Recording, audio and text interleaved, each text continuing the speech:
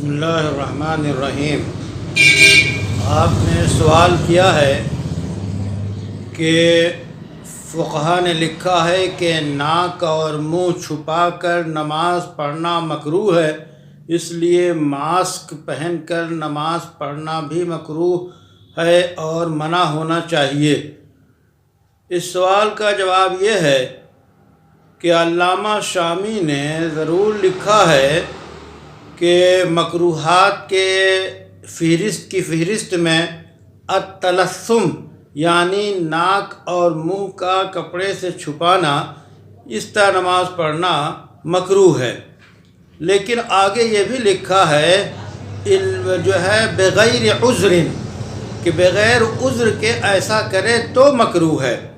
اس لیے اسی سوال کی عبارت میں جواب موجود ہے کہ ماسک کا استعمال اس وقت جو انتظامیہ اور محکمہ صحت کی رہنمائی کی بنیاد پہ ضروری قرار دیا گیا ہے، تو ماہر اطباء اور ڈاکٹروں کی تشخیص ہے کہ کورونا جیسی وبا سے بچنے کا یہ ایک طریقہ ہے، اس لیے ماسک پہن کر نماز پڑھنے میں کوئی حرج اور کسی قسم کی کراہت نہیں ہے۔